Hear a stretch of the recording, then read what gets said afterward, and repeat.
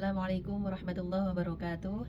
Bismillah, alhamdulillah, wassalatu wassalamu ala rasulillah wa ala alihi wa sahbihi wa man walah, amma ba'du. Sahabat, ternyata ayat Al-Quran yang menyebutkan kita diperbolehkan mengqashar sholat itu hanya ketika ada rasa takut terhadap orang kafir. Ayatnya demikian. Falaisa alaikum junahun an taqsuru minas sholah in khiftum ay yaftinakumul ladhina kafaru. Tidak ada dosa bagimu untuk meringkas sholat jika kamu takut terhadap orang kafir. Nah, bagaimana sholat qashar kita selama ini dalam perjalanan? Ternyata sudah dijawab oleh Rasulullah SAW setelah terjadi Fathu Makkah dan Rasul masih melakukan sholat qashar. Umar bertanya, Rasul, kita sudah aman, kenapa panjenengan masih qashar? Rasul menjawab, Umar, hadhihi sodaqoh faqbalu sodaqoh. Ini adalah sodaqoh dari Allah, keringanan dari Allah, maka terimalah sodaqoh tersebut. Nah, bagaimana ketentuan sholat qashar dan jamak kita kaji dalam kitab Fathul Qorib. Bismillahirrahmanirrahim. Faslun wa yajuzu lan wenang lil musafiri ketuwi wong kang musafir apa qasru sholati meringkas sholat ar-rubaiyati kang bangsa petang rakaat.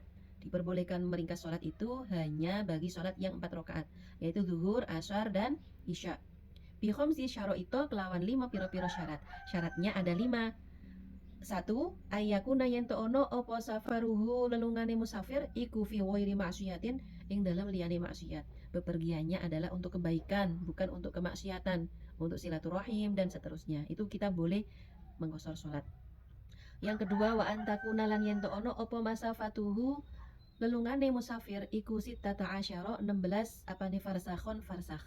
Jadi syaratnya jarak yang akan ditempuh itu adalah 16 farsakh atau 80 km. Contoh, kita akan pergi ke suatu tempat yang jarak tempuhnya itu 80 km atau lebih. Tapi di tengah perjalanan yang masih mencapai 20 km atau 30 km, kita sudah diperbolehkan sholat qashar. Contohnya, sudah datang waktu zuhur, maka kita sholat zuhur dengan cara diringkas menjadi 2 rakaat. Tapi ternyata kita ada kabar, acaranya tidak jadi atau ditunda, perjalanannya ditunda. Maka kita kembali ke rumah, tidak sampai mencapai 80 km. Maka sholat yang tadi sudah dikosor itu tidak perlu diulangi. Yang ketiga, wa ayyakuna lan yento ono opo sholat iku muaddiyan ada li sholati maring sholat ar-rubaiyah kang bangsa 4 rakaat. Jadi sholatnya itu memang sholat yang ada, bukan sholat yang qadha. Sholat zuhur dikerjakan di waktu zuhur, atau boleh misalkan saat itu zuhur, ngoten nggih. Sebelumnya kita pernah bepergian itu zuhurnya nggak sholat, tidak sholat saat bepergian. Kemudian bepergian selanjutnya di dalam waktu zuhur itu kita melaksanakan sholat zuhur yang qadha dengan cara dikosor saat bepergian pula, itu diperbolehkan. Yang tidak diperbolehkan adalah apabila sholat qadha-nya itu ditinggalkan ketika kita dalam keadaan tidak bepergian, kemudian diqadha dengan cara dikosor dalam perjalanan, itu tidak diperbolehkan. Yang keempat, syaratnya wa ayyan wiyalan yentoniat opo al qasru qashar ma'al ihrami sertane takbiratul ihram. Hendaknya niat salat qasornya itu bersamaan dengan takbiratul ihram. Wa alla ya'tamma lan yen ora makmum sapa musafir bimuqimin kelawan wong kang mukim. Jadi syarat yang kelima adalah hendaknya musafir itu tidak bermakmum kepada orang yang sholatnya mukim, yang tidak dikosor. Selanjutnya kita masuk pada pembahasan sholat yang dijamak. Wa yajuzu lan wenang lil musafiri kedue wong kang musafir opo aya jamaah yen to menjamak mengumpulkan antara dua sholat baina zuhri ang dalam antara sholat zuhur wal asri lan sholat asar fi waqti ayyihima ing dalam waktu endi-endi wae syaa kang karep sapa musafir. Kita diperbolehkan mengumpulkan sholat antara zuhur dan asar, atau wa bainal maghribi lan antarane sholat maghrib wal isya lan isya fi waqti ayyihima ing dalam waktu endi-endi wae syaa kang karep sapa musafir. Boleh mengumpulkan zuhur asar dikerjakan di waktu asar atau dikerjakan di waktu zuhur. Boleh takdim, boleh takhir. Tapi untuk sholat takdim itu ada syaratnya. 3. Yang pertama, sholat takdim itu adalah sholat yang dikerjakan di waktu asar. Sholat takdim itu adalah sholat yang dikerjakan di waktu asar. Sholat takdim itu adalah sholat yang dikerjakan di waktu zuhur. Boleh takdim, boleh takhir. Tapi untuk sholat takdim itu ada syaratnya. Syaratnya ada 3. Yang pertama, sholat takdim itu adalah sholat yang dikerjakan di waktu asar. orang tersebut hendaknya melakukan sholat duhur dulu sebelum sholat asar, harus tertib. Yang kedua, syaratnya jamak takdim adalah niat jamak, ya, niat jamak di permulaan sholat yang pertama. Jadi niat ini harus sudah disebutkan ketika sholat duhur. Jadi apabila sholat duhurnya itu tadi sholat duhur aja, ya, seperti biasa, kemudian ingat, oh iya, ini saya perjalanan, yang diperbolehkan untuk menjamak, wes tak tambahi sholat asar. Nah, itu tidak boleh, jadi harus sholat duhur lagi untuk niat jamak bersama asar.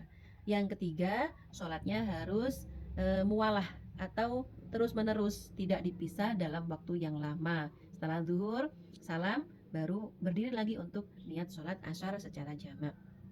Adapun syaratnya jamak takhir, maka diperbolehkan sholat yang akhir dulu atau sholat yang awal. Itu tidak ada syarat untuk tertib. Boleh asar dulu baru zuhur, boleh isya dulu baru maghrib. Itu jika jamak takhir. Dan ketika jamak takhir, hendaknya musolli itu sudah berniat ketika sedang di awal waktu masuknya waktu sholat yang pertama. Contoh, ketika itu sholat maghrib datang, dan musolli itu ketika mendengar adzan, misalkan hayya 'alas shalah, ya Allah saya niat sholat maghribnya diletakkan di waktu isya, itu sudah cukup. Waya juzu lan wenang lil hadiri kedue wong kang hadir atau orang yang mukim fil matori ing dalam waktu hujan deras. Opo aya jemaah yen to ngumpulake sapa hadir bainahuma ing dalam antarane dua waktu sholat, fi waqtil ula ing dalam waktu kang pertama, minhuma saking karone waktu sholat. Jadi diperbolehkan jamak itu selain karena bepergian atau karena hujan atau karena sakit, itu diperbolehkan ketika dalam keadaan darurat atau kesibukan yang tidak bisa ditinggalkan. Contoh, seorang dokter yang harus mengoperasi pasiennya. Jadwalnya adalah sebelum masuk waktu maghrib, tapi selesainya operasi itu pasti setelah habis waktu maghrib baru selesai operasi. Maka dokter tersebut boleh menjamak maghrib diletakkan di waktu sholat isya. Atau ketika urusan pernikahan, boleh menjamak zuhur asar, maghrib isya, karena dalam keadaan darurat untuk menghormati tamu. Tapi hal ini tidak bisa dijadikan sebagai kebiasaan. Demikian sahabat, semoga bermanfaat. Assalamualaikum warahmatullahi wabarakatuh. Ramadan, Ramadan.